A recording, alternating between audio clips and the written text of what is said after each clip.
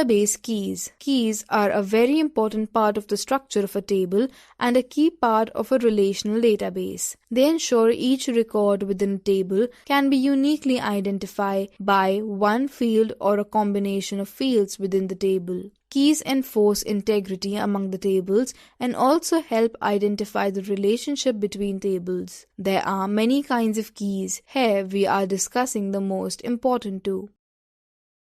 Primary key. A primary key consists of one or more fields that uniquely identify each other. Often there is a unique identification number such as an ID number, a serial number, or a code that serves as a primary key. For example, you might have a customers table where each customer has a unique customer ID number. The customer ID field is the primary key of the customers table. Sometimes more than one fields are taken together to provide unique values for primary key. For example, you might use a combination of last name, first name, and date of birth as the primary key for a table about people. Foreign key. A foreign key is generally a primary key from one table that appears as a field in another, where the first table has a relationship to the second. A foreign key contains values that correspond to values in the primary key of another table. For example, you might have an orders table in which each order has a customer ID number that corresponds to a record in a customers table having a field ID as a primary key. The customer ID field is a foreign key of the orders table. The correspondence of values between key fields forms the basis of a table relationship.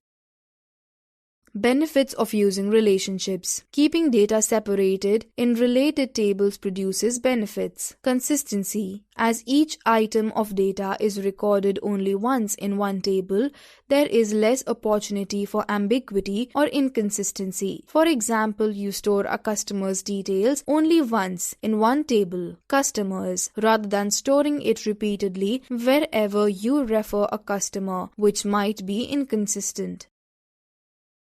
Efficiency. Recording data in only one place seems you use less disk space. Moreover, smaller tables tend to provide data more quickly than larger tables. Finally, if you don't use separate tables for separate subjects, you will introduce null values, the absence of data in the table, and redundancy into your tables, both of which can waste space and slow down performance. Comprehensibility. The design of a database is easier to understand if the subjects are properly separated into tables. Plan your tables with relationships in mind. You can use the lookup wizard to create a foreign key field if the table that contains the corresponding primary key already exists. The lookup wizard creates the relationship for you.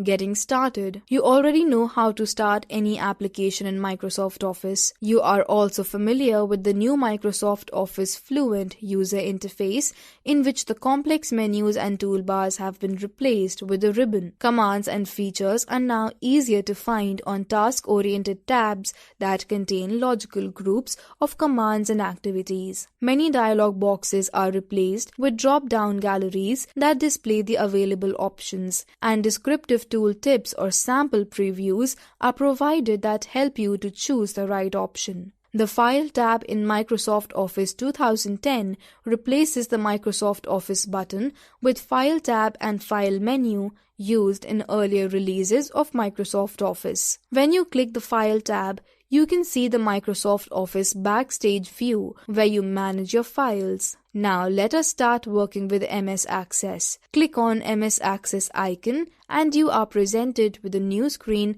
familiar to the screen. Creating a new database. On the File menu, click New. You can either choose blank database from available templates or any form of database from office.com templates. Give an appropriate name and click on Create. Adding tables to database.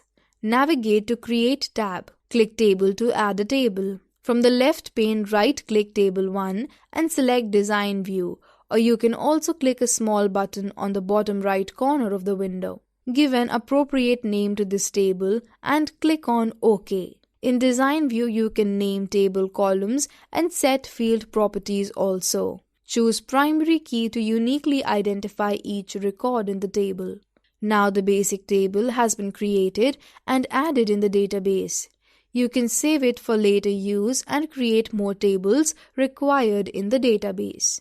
To save a new table, select the table you want to save by clicking Save option in the File tab, or click Save command on the Quick Access toolbar or press Ctrl+S on your keyboard.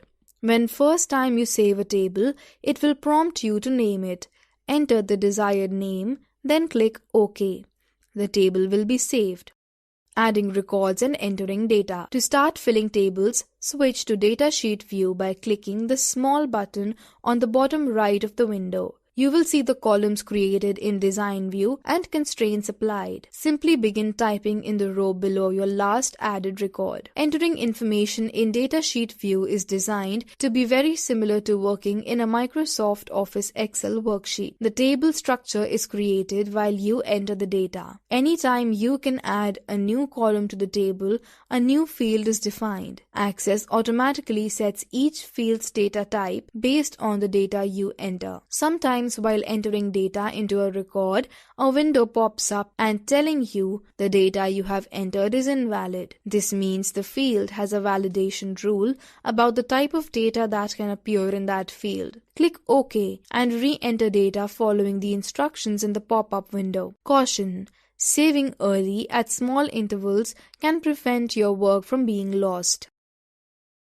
To close the table, select the table you want to close. Click the Close button on the right of the document title bar. If there are any unsaved changes to the table, you will be prompted to save it. Select Yes to save, No to close it without saving your changes. Select Cancel to leave the table open. Caution: be sure to save any unsaved records before closing a table. To open a table, click on File and then Open. Locate the file and click Open. The object will appear as a tab in the document title bar. By default, the most recently opened object will appear in the main window as the current object. To view another open object, click its tab in the document title bar. Exit MS Access 2010. Select the File tab to go to Backstage View. Select Exit.